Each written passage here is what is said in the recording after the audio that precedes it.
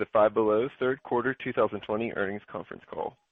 All participants will be in listen-only mode.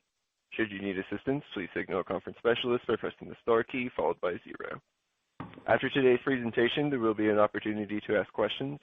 To ask a question, you may press star then 1 on your touch-tone phone. To withdraw your question, please press star then 2. Please note this event is being recorded. I would now like to turn the conference over to Christiana Pelz, VP of Investor Relations. Please go ahead. Thanks, Cole. Good afternoon, everyone, and thanks for joining us today for Five Below's third quarter 2020 financial results conference call. On today's call are Joel Anderson, President and Chief Executive Officer, and Ken Bull, Chief Financial Officer and Treasurer. After management has made their formal remarks, we will open the call to questions. I need to remind you that certain comments made during this call may constitute forward-looking statements and are made pursuant to and within the meaning of the Safe Harbor provisions of the Private Securities Litigation Reform Act of 1995, as amended.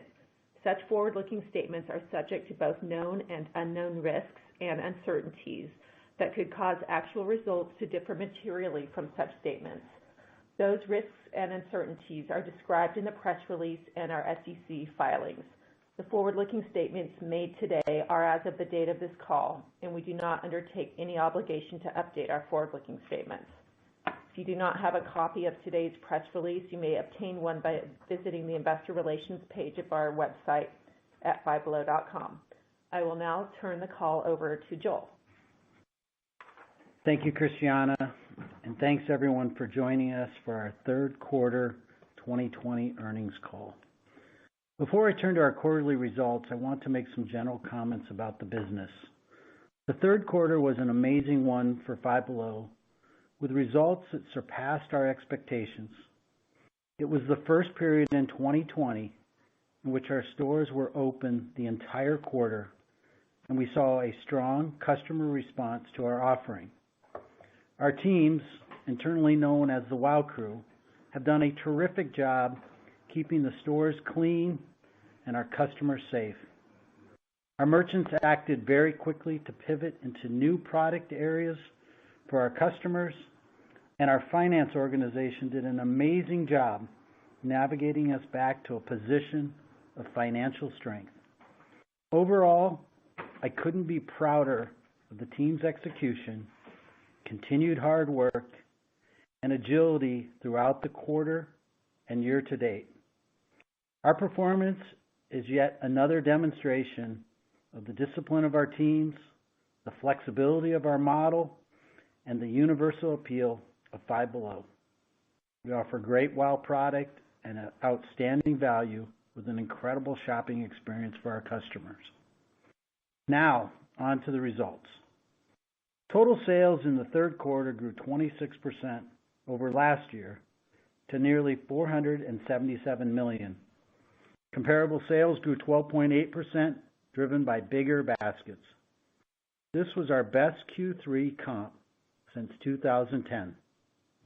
Operating profit nearly doubled, leading to earnings per share of 36 cents compared to 18 cents in the third quarter last year.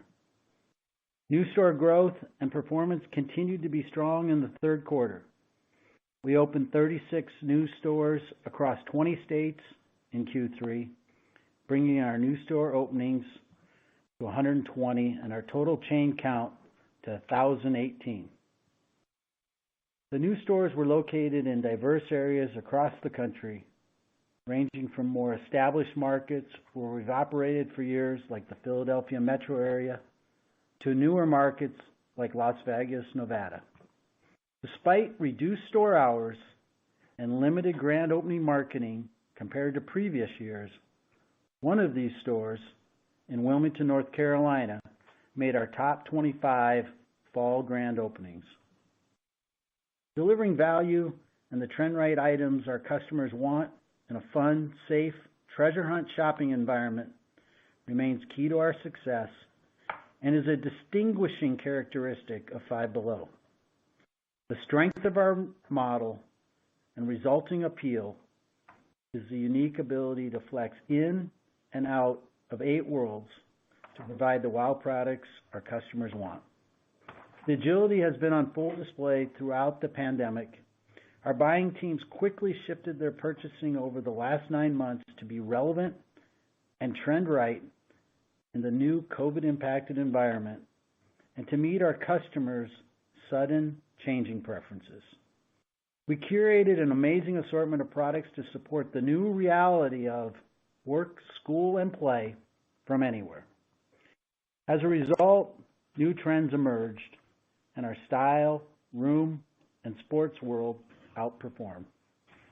As expected, the back-to-school and Halloween selling periods were different from prior years. Our buyers adjusted their purchasing in anticipation of this and shifted into other categories to ensure Five Below maintained relevancy. As an example, for back-to-school, we bought fewer backpacks and stationery items as customers migrated to purchasing more home-related products, including new items like faux plants, shelving, and novelty lighting.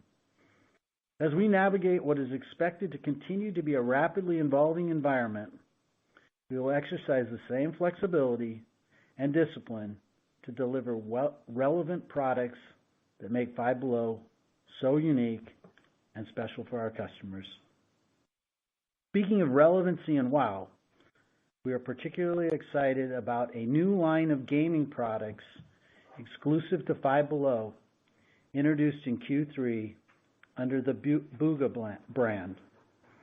With our investment in Nerd Street Gamers, the building of local host venues in the future, and now our partnership with Booga, we continue to deepen our overall commitment to gaming. For those of you who don't know him, Kyle Gerstorf, known as Booga, was a 2019 Fortnite World Cup champion and lives in suburban Philadelphia. The Booga launch is a great example of how the Five Below brand continues to evolve. From being a retailer that simply sells brands to a retailer that creates and produces new, exclusive, and relevant brands through collaborative partnerships. This is an amazing combination of Kyle's expertise in gaming and our expertise in sourcing, product development, and scale. This exclusive line currently features 7 amazing gaming items, including a headset, keyboard, and mouse. These products represent great quality, incredible value at $10, and reinforce Five Below's position as a destination for teens and tweens. With regards to marketing, we continue to focus on increasing our targeted digital strategies while shifting away from traditional print circulars. Similar to the second quarter's Kickstart the Fun store reopening campaign, we developed authentic content focused on our shopping experience and extreme value. We integrated this across our channels through videos that brought fun to life.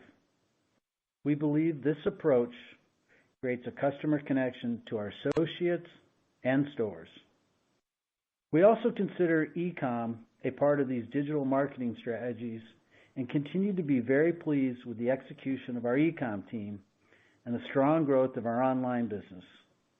The e-com investments we recently made are paying off. Our newly integrated platform offers functionality such as bundling, our first ever Five Below app, and additional fulfillment capacity from our newly acquired Cincinnati facility. These, along with increased digital marketing, have helped drive sales. During the third quarter, while we were executing and preparing for the holidays, it is important to note that we continue to innovate and invest in people, systems, and infrastructure to support our significant growth. Most notably, we completed the initial rollout of our new core merchandising system to Oracle Retail. This was a huge project, and we are excited to have this major systems implementation behind us. On the innovation front, we are making progress in several areas, including our stores and e-com. With stores, we continue to build out our new prototype with Five Beyond. As a reminder, Five Beyond refers to 2 different areas in the store. one permanent and the other seasonal, where we offer a selection of extreme value products with the vast majority priced between $6 and $10. The majority of new stores and many of the remodels this year have the Five Beyond permanent section in the back of the store, where the room and tech worlds now reside. Interspersed within these worlds and clearly marked are several sections with the Five Beyond assortment, which display unbelievable products, often in new categories for us. The second area, which is our seasonal Five Beyond section, is currently in every store for the holiday. The space allocated to this section varies from 8 to 12 feet, and one of the biggest areas we are investing in is gaming. We are pleased with the Five Beyond results thus far and look forward to discussing them on next earnings call once we've completed the fourth quarter. Another area of innovation has been focused on finding new ways to interact with our customers. A new service we are offering is same-day delivery in about 300 stores. Our partner is Instacart, who is doing a great job in helping us market the service and provide ordering, as well as fulfill orders and deliver the product to customers. This is another example of providing a safe, fast way for our customers to experience Five Below. With our new tech platform and expanded capabilities, we are in a good position from an e-commerce perspective and will continue to innovate and elevate our customers' experience with Five Below across all channels. Now I'd like to turn to the all-important fourth quarter. We are very pleased with the strong start to Q4, including the Black Friday weekend. I want to take a moment to thank our customers for shopping with us and for their continued generosity in contributing to our annual Toys for Tots campaign, which will raise over $1 million this year.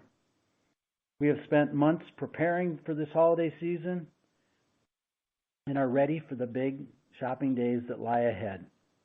We are confident in our ability to offer unbelievable and affordable gifts and stocking stuffers for our customers and to provide multiple shopping options for them. While we don't know exactly how much of the holiday season has been pulled forward or what COVID impacts we might see, we believe we have made the right investments and are ready with great wow products in a safe store environment.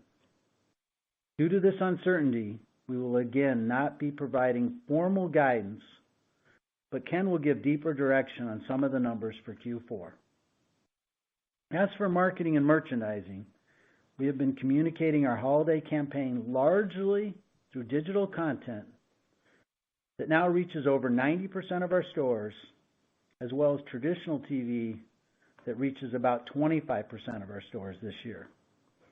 We will also not have any paper circulars this holiday. Our buying team sourced amazing, fresh, new, and relevant products like Snarky tees, wireless earbuds, a guitar, and Squishmallows, all at outstanding values. And we believe our inventory is in a very good position. In our stores, we continue to prioritize health and safety and improved operations to provide a safe customer experience during this important time of year. For example, we converted over 100 of our existing stores to self-checkout, and now about half of our stores have assisted self-checkout capabilities. As the fourth quarter began, we also started increasing our store hours in order to help spread the traffic. All these initiatives improve the customer experience and throughput by significantly increasing register capacity, which is especially important this COVID-impacted holiday. In addition to the company-specific initiatives I just discussed, as we mentioned on our last call, we believe the December holiday selling period itself is more favorable this year, allowing more time for holiday shopping. Specifically, number one, there are 2 more days between Thanksgiving and Christmas. Number 2, Christmas is on a Friday, providing a full week post Super Saturday for last-minute holiday shopping. Number 3, Hanukkah is earlier in December than it was last year. And number 4, schools are also doing virtual or hybrid models or letting out earlier in December, providing more time and flexibility for holiday shopping. These 4 factors, along with potential continuation of consolidated customer trips, will help spread out the holiday shopping and store traffic even further. We are ready to help our customers shop safely in this new environment and can't wait for them to see our amazing assortment of wow holiday gifts and stocking stuffers at incredible prices. So in summary, we continue to manage Five Below as we always have, with flexibility, agility, and great discipline, and with our customers at the forefront of every decision. We are adapting quickly to this new environment, pivoting to meet customer needs, innovating for the future, and maintaining the operating discipline that is crucial to running the business successfully. We remain laser focused on providing extreme value for our customers, which matters even more when times are difficult. We are executing our growth strategies like gaming, opening and remodeling stores with 5 Beyond sections, accelerating our digital strategy, and ensuring the relevance of our merchandise assortment to reflect our customers' evolving preferences. With that, I will turn it over to Ken to provide more details on the financials. Ken? Thanks, Joel, and good afternoon, everyone. I will begin my remarks with a review of our third quarter results and then provide some commentary around the fourth quarter. As Joel said, with our chain reopened for all of the third quarter, our teams did a great job keeping our stores safe for our customers to shop and adapting our assortment to respond to evolving customer preferences. Our sales for the third quarter of 2020 were $476.6 million, up 26.3% from $377.4 million reported in the third quarter last year. We operated our stores with about 25% fewer hours versus the standard pre-COVID weekly operating schedule. Comparable sales for the third quarter increased by 12.8%, with our stores delivering a double-digit comparable sales increase. Customer shopping patterns from Q2 continued into Q3, with higher average tickets and lower transactions than last year. While comparable transactions decreased for Q3, they improved over our Q2 results. E-com sales were strong in Q3, yet they still represented a low single-digit percentage of our total sales. We opened 36 new stores in the third quarter, compared to 61 new stores opened in the third quarter last year. We ended the quarter with 1,018 stores, a net increase of 124 stores, or 13.9%, versus 894 stores at the end of the third quarter of 2019. We continue to be pleased with the performance of new stores, especially given the reduced operating hours and lower spend on grand opening marketing. Turning to profitability, gross profit increased 27.3% from the third quarter of 2019 to $151.1 million, and gross margin increased approximately 30 basis points to 31.7%, compared to 31.4% in the third quarter last year.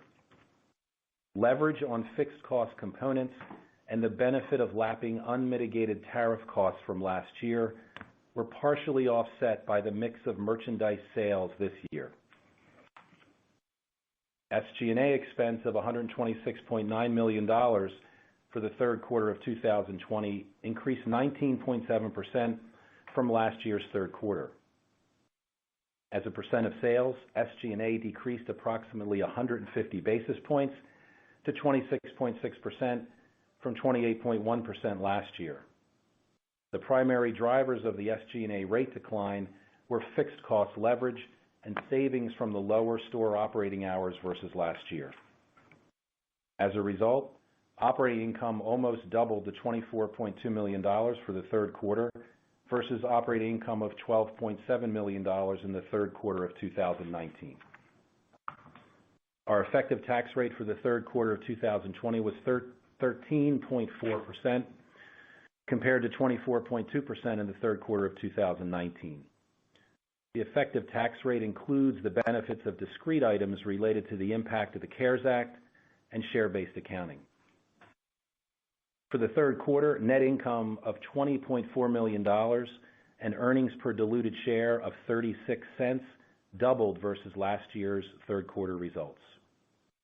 This year's third quarter had a share-based accounting benefit of approximately 4 cents versus an approximate 1 penny benefit last year. We ended the third quarter with $214 million in cash equivalents, and investments, and no debt, including nothing outstanding under our $225 million line of credit. Inventory at the end of the third quarter was $430 million as compared to $419 million at the end of the third quarter last year.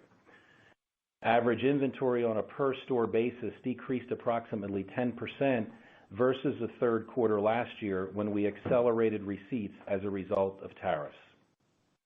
We continue to manage inventory carefully and are well positioned with our inventory levels for the holiday season. Now, looking ahead, as Joel said, and similar to the last two quarters, we are not providing explicit guidance due to the continued uncertainty surrounding COVID, including the possibility of additional COVID-related restrictions that could impact customer shopping behavior and store operations. We are very pleased with the strong start to the fourth quarter and the Black Friday weekend. However, it is hard to know how much of the quarter-to-date performance reflects a pull forward of holiday sales versus an underlying trend. Additionally, the biggest selling days of the season are still ahead of us. What we do have line of sight to are some gross margin dynamics that we expect in Q4. As I indicated last quarter, we expected more normalized gross margins in Q4 this year versus last year. We also now expect continuing merchandise mix headwinds that we experienced in the third quarter in response to customer preferences, including a higher level of pandemic-related products. As a result, gross margins are expected to be in the 39 to 40% range. We also mentioned last quarter that we expect SG&A headwinds in Q4 due primarily to higher incentive compensation versus last year. As a result, we currently expect approximately 50 basis points of SG&A deleverage versus last year. With regards to our new store program, we have now completed our new store openings for the year after adding 2 more stores in November, and we expect to end the year with 1,020 stores or unit growth of 13%. With respect to gross capital expenditures, which exclude tenant allowances, we continue to plan to spend in total approximately $200 million in 2020. This reflects the planned investments in the new Texas and West distribution centers, new stores and remodels, and investments in systems and infrastructure. In conclusion, we had a great third quarter, and we are ready and excited to provide a differentiated shopping experience for our customers during the holiday season, keeping their safety and that of our associates top of mind, while continuing to run our business with the operating and financial disciplines that are core to Five Below. And with that, I would like to turn the call back over to the operator to open up the lines for questions. Operator? Thank you. We will now begin the question and answer session. To ask a question, you may press star then 1 on your touch-tone phone. If you're using a speakerphone, please pick up your handset before pressing the keys. To withdraw your question, please press star then 2. Please limit yourself to 1 question. If you have further questions, you may re-enter the question queue. And at this time, we'll pause momentarily to assemble the roster. And our first question today will come from Matthew Boss with JP Morgan. Please go ahead. Great, thanks, and congrats on the performance. Yeah, thanks, Matt. So, Joel, maybe since stores reopened, comps have pretty consistently exceeded the model's historical performance, and then this quarter it is clearly an inflection. Could you help us break down the driver of the inflection that you're seeing? How much do you attribute this to new customer acquisition or basket growth from Five Beyond? And then post-vaccine, what's the best way to rank initiatives as we think about you moving to offense, which I think you started to talk about last quarter, to accelerate the market share opportunity that you see? Yeah, thanks, Matt. It's a great question, and I might be a little vague in the answer because, as you know, we don't have a loyalty program or a credit card, so it's hard to be specific. But I think the way you've got to think about this is in the broader sense, like we always think about trends. And, you followed this for a long time, and whether it's been the spinner trend or adult coloring or selfies, I think the pandemic itself, presents itself as a new trend. And Five Below does well anytime there's a trend, whether it's a fad, license, and in this case, I think it's really about relevancy. And both on our store operating teams and, especially our merchants, we really pivoted from the time when our stores were closed to make sure our store was relevant from a product side, with amazing value, and I'll give you some examples, and that the store experience matched what the customer was looking for. And in this case, we've gone out of our way to make sure they're very safe. We've done the social distancing, we've added a lot extended cleanings, we've added the plastic, and so the customer feels really safe in our stores. From a product standpoint, Matt, I called out style, room, and sports, and there's examples in all those. Like you think about style, the amount of T-shirts we're doing is just been fantastic, and the team's done an amazing job of making sure they're on trend, they're relevant. One of my favorites is I totally miss humans. I wear that T-shirt all the time. It's just one example, but at the end of the day, Matt, it's really about the merchant group staying relevant, and this is a massive trend that caused a big shift in customer buying patterns. And, we took advantage of it in many different departments so that we stayed relevant.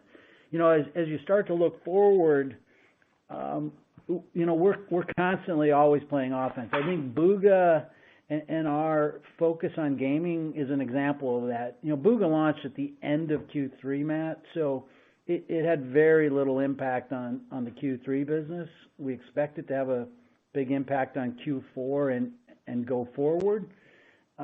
But that's part of a bigger gaming initiative, our investment in Nerd Street, our pivot to building local host venues in the future.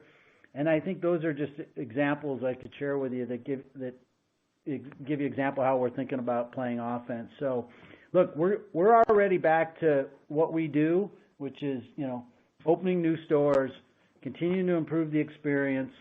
The new prototype now includes Five Beyond and everything. And we're starting to really see us as a destination. Clearly, we're in holiday right now, but where customers are coming and shopping our Five Beyond section, as it truly provides, the main gift opportunity. So those are just a few examples. Long-winded answer there, Matt, but it's hard for me to, put exact which one matters more, since we don't have the loyalty program or on that. But overall, it's just the strength of the model, and we'll continue to be flexible and pivot through the 8 worlds as trends change. Thanks, Matt. And our next question will come from Simeon Gutman with Morgan Stanley. Please go ahead. Hey everyone, it's Simeon. Pardon my short-termism on this question. So 2 parts. The first is regarding the fourth quarter. I don't know if we're supposed to interpret it the strong as a pickup from the third quarter. Not sure if that's the right way to read it, but you've mentioned potential pull forward. So curious if you could talk about that. And maybe if it accelerated all Q3, would it point to that it is more sustainable? And then with regard to some of the margins that Ken spoke to, I guess you're pointing to deleverage, if I followed that right, but yet you're not guiding on sales. And so I just wanted to reconcile that point on the SG&A line. And those are the questions. Ken, you want to start on SG&A, Yeah. and I can just get some color on the quarter? Yeah, Simeon, thanks for the question. With regards to margin specifically around Q4, again, most of that was a kind of a repeat of what our expectations were earlier in the year. We continue to see, some of those challenges on the gross margin line. Again, going up against last year's, which was out of our normalized gross margin range. So I think we had said before, we do expect to at least initially fall within the range that we've seen in years prior to 2019. And then also some additional deleverage with the ongoing merchandise mix, similar to what we saw in Q3. And then the SG&A deleverage around incentive compensation. And you're right, we did not provide any type of specific sales guidance, but I would still expect that level and that deleverage in both of those areas, when you look at a wide range of results. And that's one of the reasons why I kind of put that out there. And then also, did, especially with SG&A, just an approximate number, but it would assume a wide range of sales results. I think that's good. I think, Simeon, the reason for no guidance is, really trying to understand, the strong start to Q4 that I talked about, especially coming off the Q3 results, and not understanding, since it's the first time we've gone through a pandemic for any of us, is how much of it's pull forward of sales. Are there further COVID restrictions in various states? And we've still got the biggest volume days ahead in front of us. But like I said, very pleased with how we start, and looking forward to bringing home a great quarter. Thanks, Simeon. And our next question will come from David Buckley with Bank of America. Please go ahead. Hi, guys. Good afternoon. Are you running into any capacity issues with store traffic? If so, how are you managing it? And then could you just discuss briefly the mix of items that are now essential products in stores? Thank you. Sure. The short answer is no on the capacity. I think the steps the operators made this year, I called out specifically, we took over 100 of our existing stores and converted them to assisted self-checkout. And typically that then takes a store from 5 registers to 9, and that really helps on the throughput. So in cases where we do have capacity limits, instead of having people stuck in a line, we're really getting them through the store quicker, and therefore we don't have to create a line outside. So, quarter to date, we have not experienced anything meaningful on a capacity constraint, but, David, the big days are still in front of us, but the operators are doing a great job. We're trying to process customers faster than we ever have, and feel real good about it. Did David have a second part to that? Yeah, around essential. Essentials. Look, essentials are still very low single digit to the business, and I think it's more about what I said to Matt on the question. What's driving a lot of this business is us having our product be relevant. And so, certainly the pandemic caused people to buy essential product, but more importantly, it changed their buying behavior of what they were looking for, fitness goods, T-shirts I talked about, and, merchants did a great job making sure we were in stock on that. Thanks, Simeon, or David. And our next question will come from Paul Lejuez with Citi Research. Please go ahead. Hey, thanks, guys. Can you talk about, maybe quantify the gross margin pieces during the quarter? Curious what the mix drag was, just in terms of what's selling stronger versus weaker. And curious, Joel, maybe more for you. Can you talk about the percentage of your transactions that include an item above $5? What's the average ticket of those transactions versus those that don't include an item above $5? And what's your vision going forward in terms of ultimately what will the assortment look like? What percentage of the business can be above that range? Thanks. Yeah, Paul, look, on Five Beyond, let me just clarify. For Q3, it was very small. We don't set the wall until fourth quarter start, but the overall vision is something I think we'll spend a lot more time talking about as we start to look at 21 and beyond. But it's obvious, as you can see, our new prototype includes a permanent section of Five Beyond products. So it's just an example of what I was talking about with Matt Matt was asking about us playing offense, and we'll continue to evolve this concept, and Five Beyond is going to be a big part of it. And we'll get into more of the specifics next year. Yeah, and then Paul, you had asked about the gross margin and then kind of the mix of the merchandise, and just I'll go back on that too for Q3. We did see significant fixed cost leverage, meaningful fixed cost leverage up in gross margin within the cost of goods sold. Obviously, you would assume around an item like occupancy. And then the anniversary of those unmitigated tariff costs, that was pretty meaningful too. And then all of those, they were offset in part by the merch mix. And the merch mix, again, just in response, as Joel talks about relevancy and how we respond to customers' preferences, it was just the items that we've been selling in Q3 and we expect to sell also in Q4. They're pandemic-related items. And then just the other areas that we talk about, work and school and play at home, and just the margins associated with those are what's driving the merchandise mix.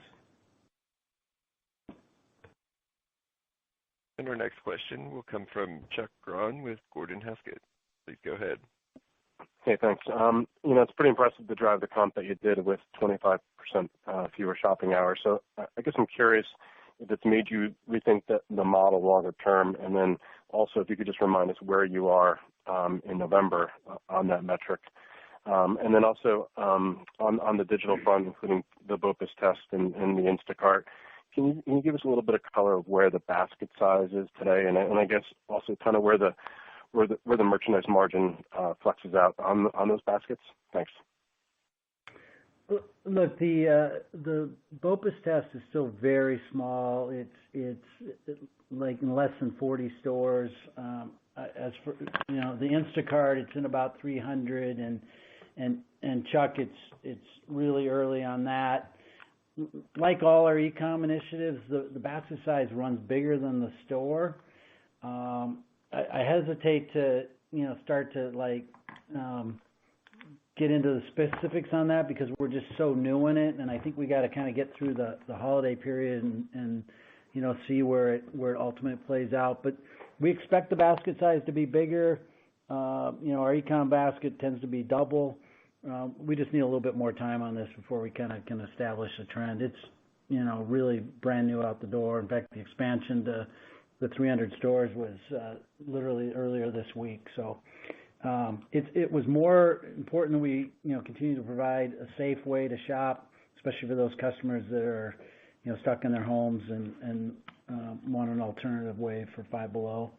And then as far as sales go, very great start to Q4, and we've been a little vague there just because we want to kind of get through the quarter here and really understand how much of it is a new shopping trend versus some pull forward, but we really feel that it's going to turn out to be a great quarter for us.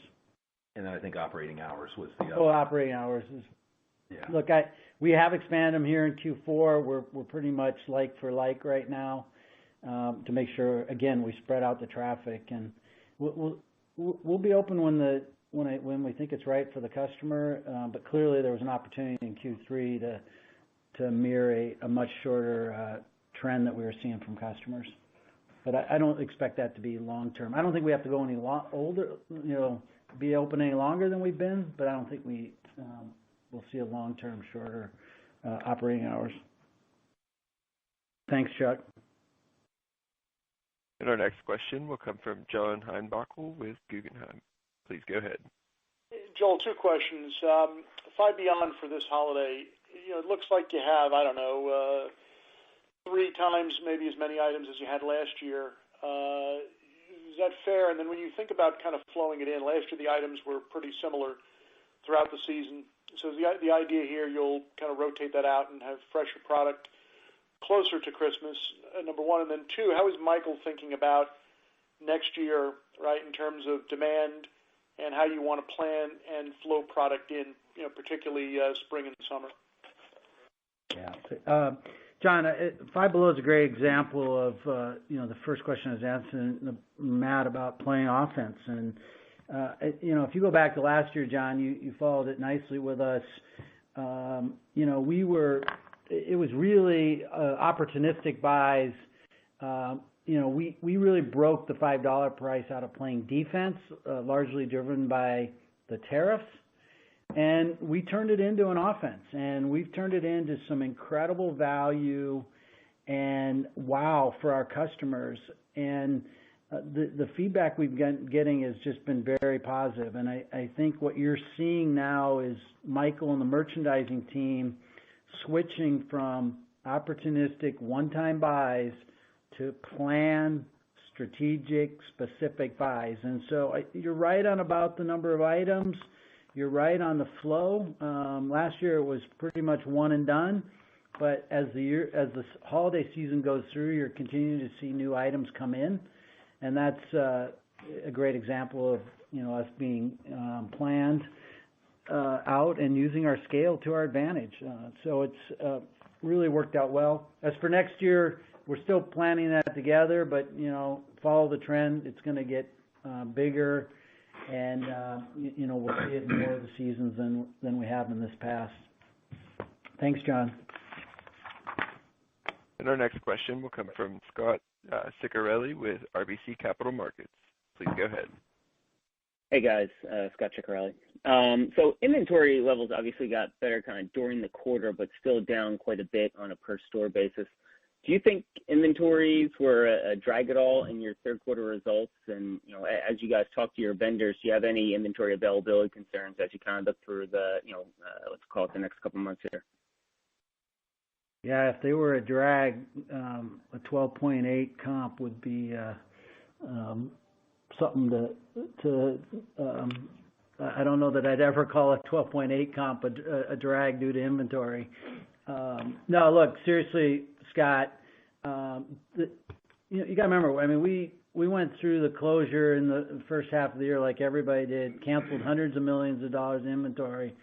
But if you go back to my opening remarks, I couldn't be more proud of the team at Five Below. They got the orders back placed. In fact, we probably placed more relevant items than what we had ordered initially, and we were back in stock. And so while we're chasing it and it's flowing, it is coming right from our DCs and right onto the stores and onto the floor. So I don't think inventory impacted the quarter at all, but it was certainly hand to mouth. I don't know, Ken, anything to add?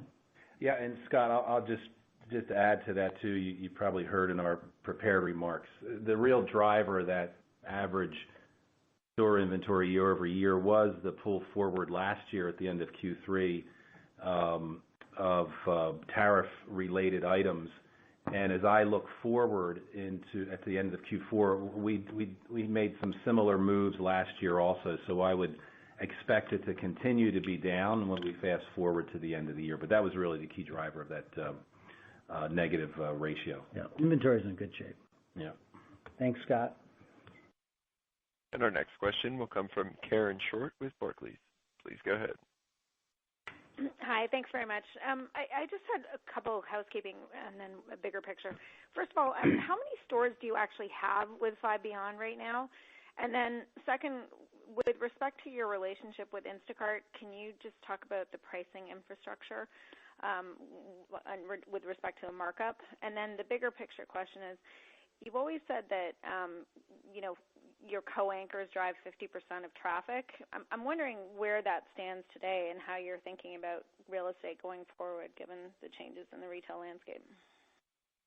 Yeah, thanks, Karen. I don't know, Ken, if you know the exact number on Five Beyond stores. It's about 150 stores, yeah. 150. Yeah.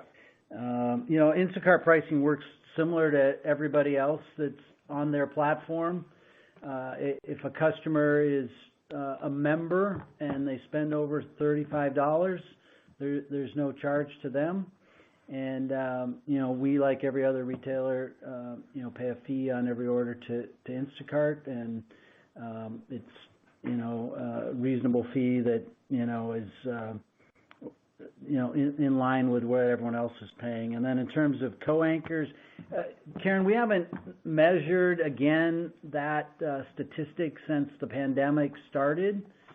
But clearly, if anything, our connection to landlords and vibrant strip centers is more important than ever. And our brand awareness, we know, continues to grow. And, we've got a strong balance sheet. I called out the great job the finance team's done. And so we're in a great place to, drive more and more traffic than we ever have before.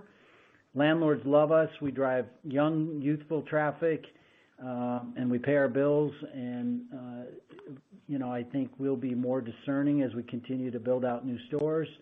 But what won't change is, we're committed to A centers.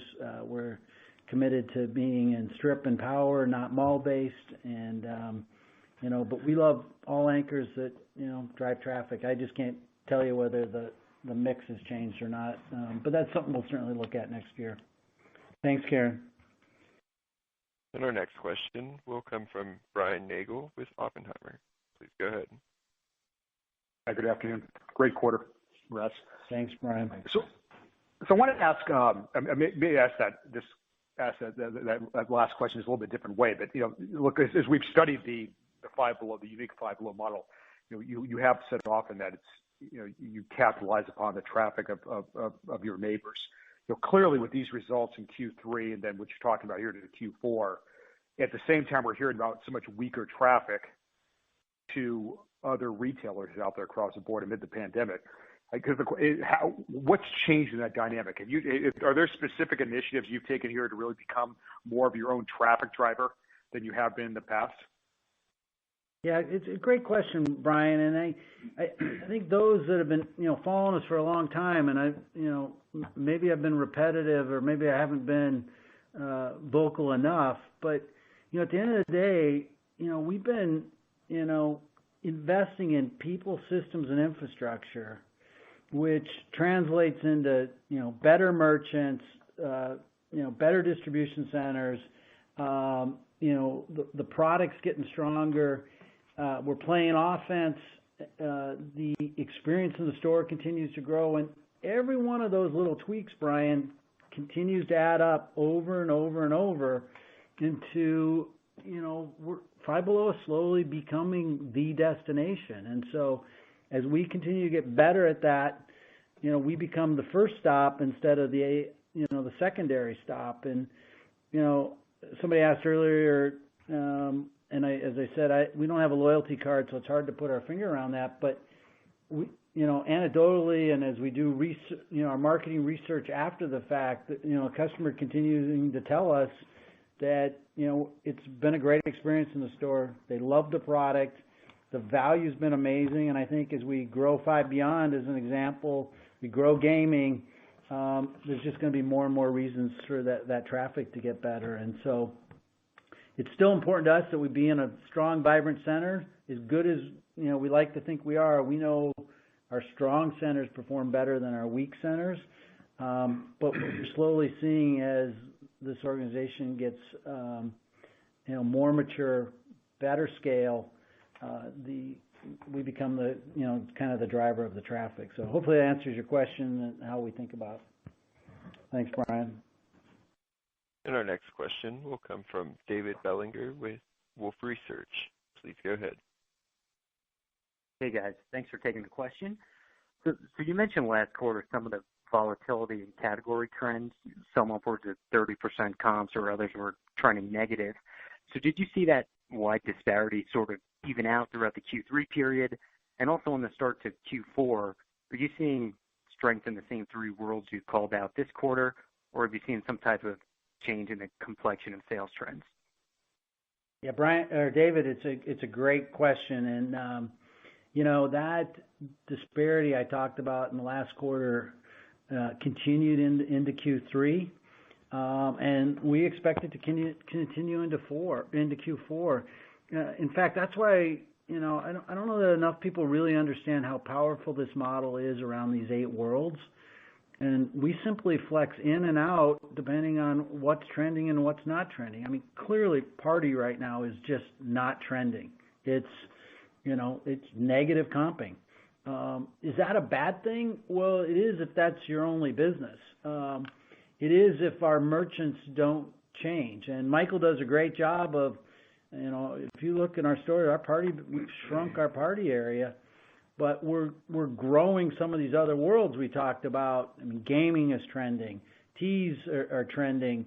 Our room world, as people are nesting and are at home, that's really important that we've grown that area. Blankets and pillows and faux plants and that type of thing. So it's as wide as it was in Q2, and we expect that to continue in Q4 here.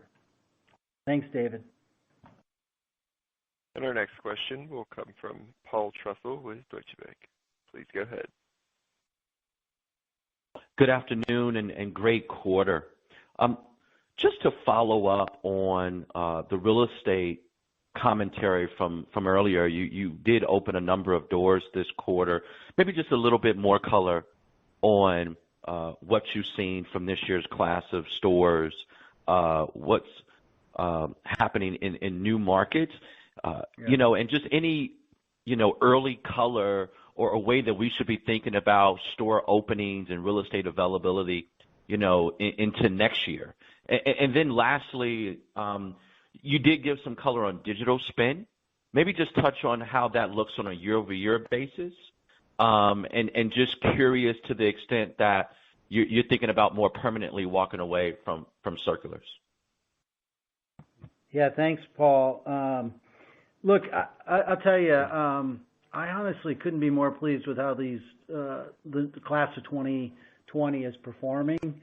When you consider that, we opened with shorter hours, we really had no grand opening campaigns. It doesn't make sense to invite people in a pandemic to generate a crowd. I personally was in our Denver market, and it was shocking to see new customers finding us immediately as we opened. We've done great in Las Vegas. We're in Northern California, Sacramento. And I think at the end of the day, if I put some color commentary around it, it just is another great example of how the brand awareness is growing. And, what used to take us 5 to 7 years to get in a run rate we enjoy is happening much sooner. So despite shorter hours and less marketing, we're still seeing great new store productivity from the stores. And then on the digital spend, it's less about the change year over year, and it's more about, it's just a great example of us being relevant and shifting. And so, quite simply, I don't expect us to go back into print circulars. Even if you compare us last year to this year, we shrunk significantly the amount of TV markets, but we grew, as I shared, over 90% of our stores are getting digital. And it's just another great example of us being nimble, quick, and pivoting fast to how the customer is, where the customer's eyeballs are. And right now the eyeballs are not in paper.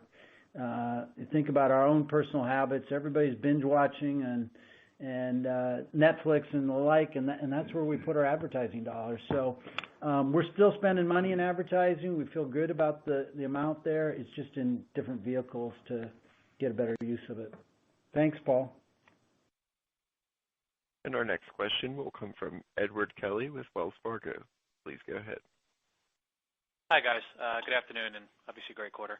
I wanted to ask you about, this is a hard question because you don't even have real guidance for Q4, but as we look out into next year, consensus numbers on the Ebit margin are below what you would normally do, right? In 19 you did 11.8, in 18 you did 12 even.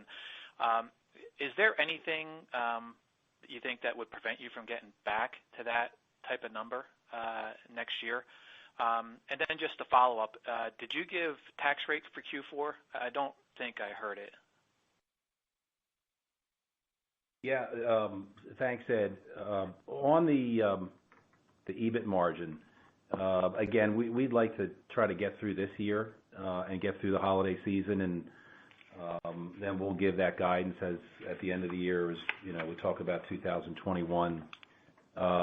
But we would expect, just off the top of it, would expect to be much more normalized in terms of what you called out and what we've seen in the past.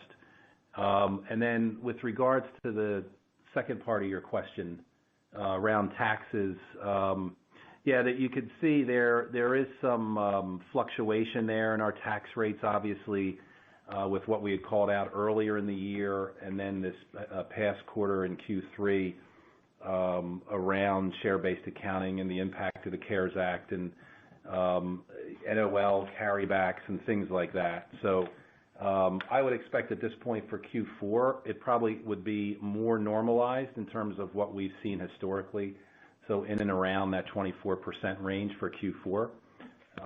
And then you could probably do the math on that for the full year. But yeah, I think looking out, Ken, there's nothing that would expect our model to change from more normalized. Yeah, to get back. Yep. To get back to those levels, that we saw historically. Yep. Okay, next. And our next question will come from Jeremy Hamblin with Craig-Hallum Capital Group. Please go ahead. Congrats on the strong results and the story. Hey, thanks, Jeremy. Fantastic. Thanks. I wanted to first just clarify your response to, I think, Chuck's question on future store operating hours. And, as you think about the model going forward, is it possible that you might consider having kind of these COVID operating hours as we get kind of through the COVID mess moving forward?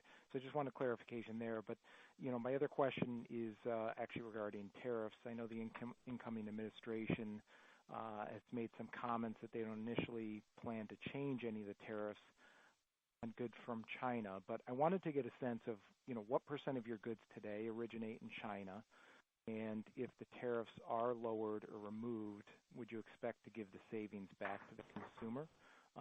You've raised prices, obviously, on tech world especially. But is there any potential benefit, earnings power, or is that going back to the consumer?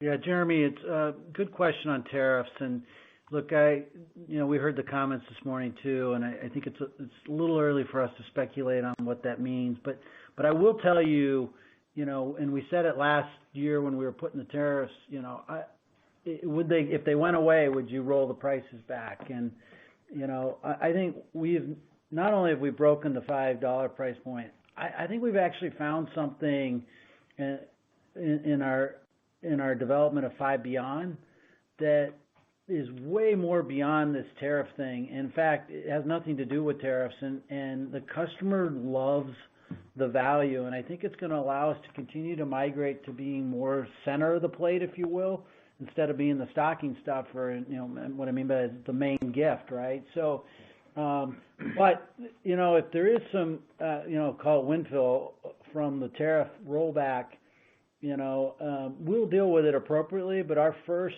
reaction is always to deliver value to the customer. It's the most important thing we do. But we also, give Michael back, so he can reinvest in product. So I think it's less about rolling prices back, and it's more about adding new features and benefits so that we can continue to stay relevant and deliver incredible value. And as for future operating hours, look, I think our assumptions we're working from is the vaccine is real. I think, things will slowly change in 21 for the good. And, if there's a period of time post-holiday that until that's widely dispersed that we're operating on shorter hours, we'll do that. But I think certainly by holiday of 21, we'd be back in a more normalized pattern for holiday hours. Thanks, Jeremy. And our next question will come from Michael Lasser with UBS. Please go ahead.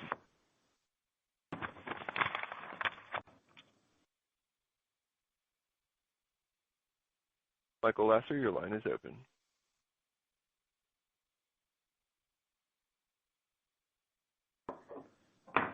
I guess we'll go to the next one. And our next question will come from Michael Montani with Evercore ISI. Please go ahead. Hi, thanks for taking the question. Wanted to ask first off on the transaction count, if you could give a sense of, if that's starting to stabilize, meaning getting closer to flat or kind of still double digits similar to last quarter. And then I just had a follow-up on COVID costs and wage inflation. Yeah, so Michael, thanks for the question. I'll take that first one on the transaction count. You probably heard us in the prepared remarks say that the transaction comps, although still negative, did improve during Q3 versus what we saw in Q2. And we have seen some slight improvement as we've moved into the fourth quarter. We still have a ways to go, obviously, from a sales perspective as we go through the holiday season. But we have seen improvement with the comp transactions, although still negative and sometimes getting close to flat. But again, improvement as we've worked through the year here from Q2 all the way through to Q4. Okay, great. And then just on the cost front, I guess, first off, if there's anything I missed that you could share on COVID costs that you incurred during the quarter and how to think about that maybe moving forward. And then secondly was, on the wage inflation front, you've had multiple competitors kind of talking about that, and just wanted to get a sense of, number one, what you all are experiencing today in terms of wage inflation, and then number two, just the continued ability to kind of wring out efficiencies to offset that if it does persist. Hey, Michael, you're asking a lot of questions there, and we got a lot in the queue. Let me just take the COVID cost one, and we're going to have to move to the next one, and we can spend future time on wage. That'd take a long time. But look, we're managing through the COVID costs. I think we expect to see them to continue to moderate as we move through the quarters. And I think, Ken, you called out some of the impacts that on gross margin, but we're, continue to... Yeah, so still seeing some of those, and we saw some in Q3, but definitely materially less than what we saw, obviously, going back to Q1 and Q2. All right, thank you. And our next question will come from John Zolidis with Quavadas Capital. Please go ahead. Hi, guys. Thanks for taking my question.